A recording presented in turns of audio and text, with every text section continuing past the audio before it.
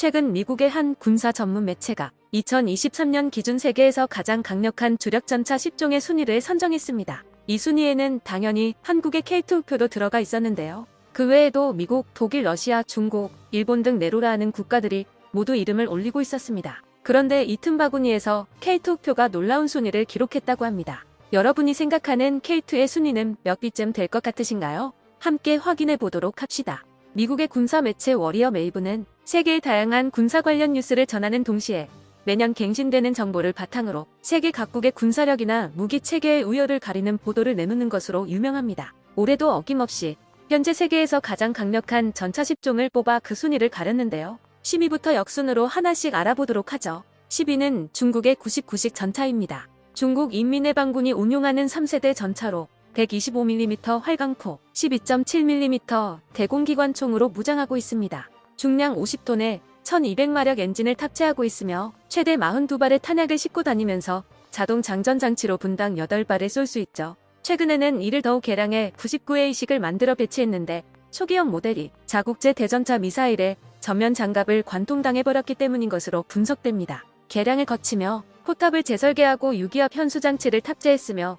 화력관제 시스템을 교체하는 등 대대적인 변화를 줬지만 여전히 반쪽짜리라는 평가가 많습니다. 그리고 대부분의 주요 기능들을 다른 나라에서 베낀 기술로 만들었다는 의혹을 받고 있어서 이 역시 평가가 낮아지는 원인이 되었습니다. 9위는 이스라엘의 메르카바 전차입니다. 이스라엘군이 1974년 자체 개발한 주력 전차로 120mm 활강포와 12.7mm 중기관총, 그리고 특이하게도 60mm 박격포로 무장하고 있습니다. 중량 65톤에 1500마력 파워팩을 탑재하고 있으며 최대 48발의 포탄을 실을 수 있고 반자동 장전장치로 급탄합니다. 메르카바는 다른 전차들에 비해 특이한 점이 많은 전차입니다. 최초 개발되던 당시부터 가장 중요하게 여기던 단 하나의 성능이 바로 승무원 보호였기 때문입니다. 그래서 전 세계 전차 중 유일하게 전차임에도 불구하고 장갑차처럼 후면에 해치가 있는데요. 복구 불가능한 피격을 당했을 시 승무원들을 빠르게 대피시키기 위함입니다. 그 외에도 두꺼운 장갑과 출중한 성능의 능동방어 시스템으로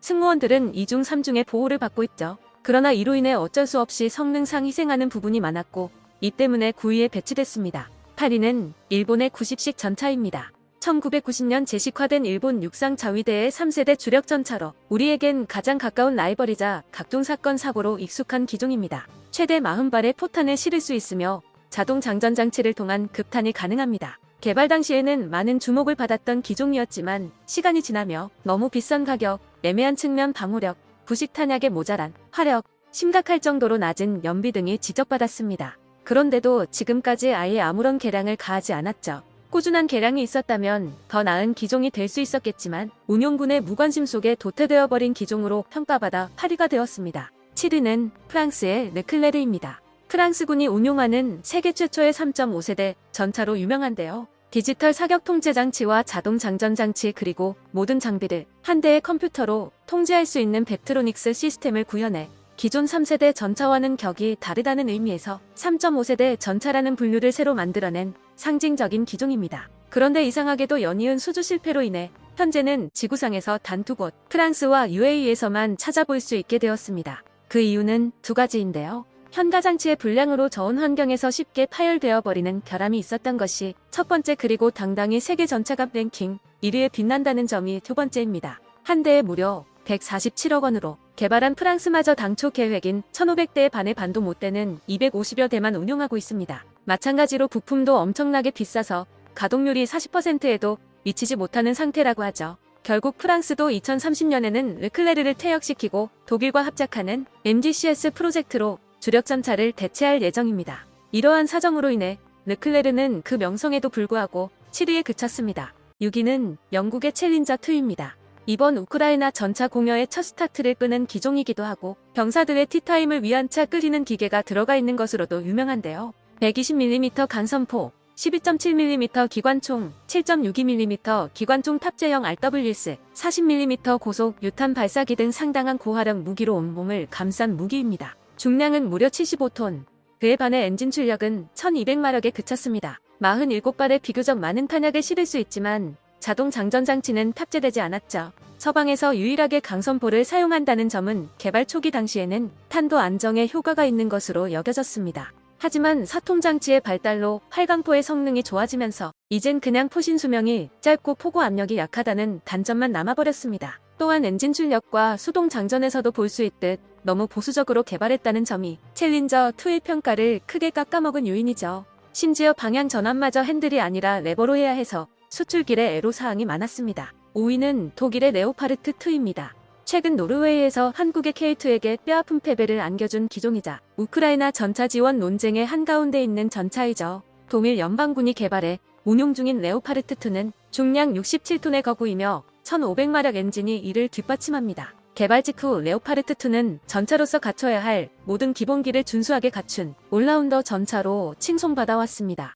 유럽 전역으로 판매되며 엄청난 수출 실적도 쌓았죠. 하지만 시간이 지나며 새로 개발되는 최신 전차들한테 조금씩 밀려나고 있습니다. 개량으로 그 속도를 따라잡기에는 독일이 너무 오랫동안 군축을 거듭해와서 더 이상 그럴 원동력이 없어져 버렸죠. 바닥을 치는 생산력으로 인해 이미 만든 물량의 가동률마저 떨어져 버렸고, 이로 인해 한때 최강으로 일컬어지던 레오파르트는 이젠 그런 아성을 잃어버리고 말았습니다. 4위는 한국의 K2 흑표입니다.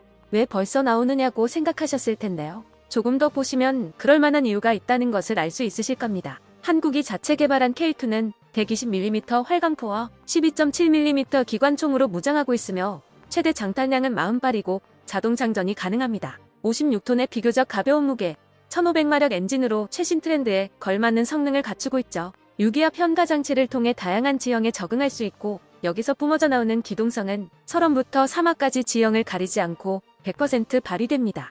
노르웨이에서 K2가 레오파르트2를 가볍게 이기는 기동력을 보여준 것은 전차 개발의 패러다임이 바뀌는 일대 사건이었습니다.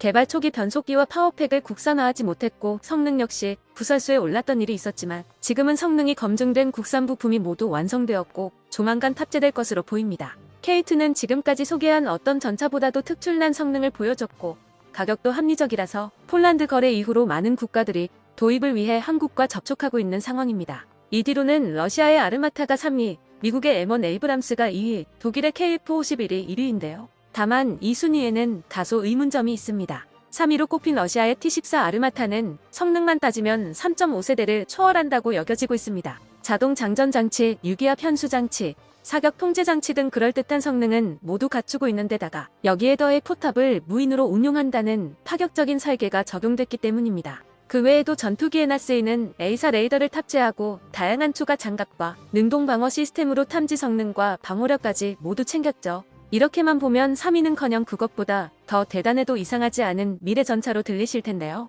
결론부터 말하자면 이건 미래 전차가 맞습니다. 누구도 그 실체를 제대로 본 적이 없었기 때문이죠. 그간 공개되었던 아르마타는 모두 목업이거나 일부 성능이 빠진 실험기였습니다. 그 대단하다는 완전체 아르마타는 개발국인 러시아가 전쟁을 하고 있는데도 모습을 드러낸 적이 없죠. 이는 러시아가 늘상 하는 허풍으로 무기의 컨셉만 만들어 놓고 자기들이 그걸 개발했다며 여기저기 선전은 하는데 실제로는 단 한 대의 실체조차 없습니다. 2위 M1 에이브람스는 미국의 대표적인 주력 전차로 두터운 떡장갑으로 인해 66톤의 거구를 자랑하고 강력한 무장도 갖춘 전차입니다. 하지만 하필이면 다른 전차들과는 달리 디젤이 아닌 가스터빈 엔진이고, 이 때문에 극악의 연비를 보여줍니다. 그래서 미국처럼 국방비에 천조를 쏟는 나라가 아니고서야 도저히 굴릴 수 없다고 일컬어지는 물건이죠. 이 정도가 되면 일반적인 관점에서 보면 결함이라고까지 말할 수 있는 수준입니다. 1위로 꼽힌 독일의 KF-51은 불과 작년에 그 계획이 공개된 자동차로 말하자면 컨셉카입니다.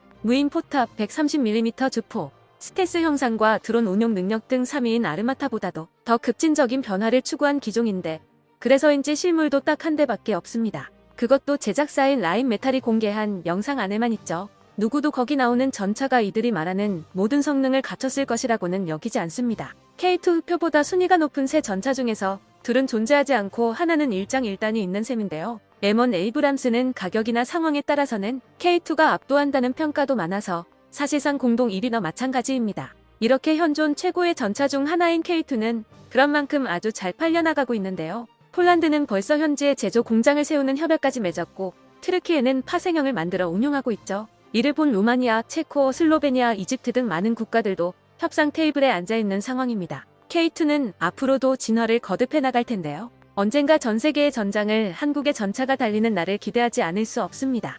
끝까지 시청해주셔서 감사합니다.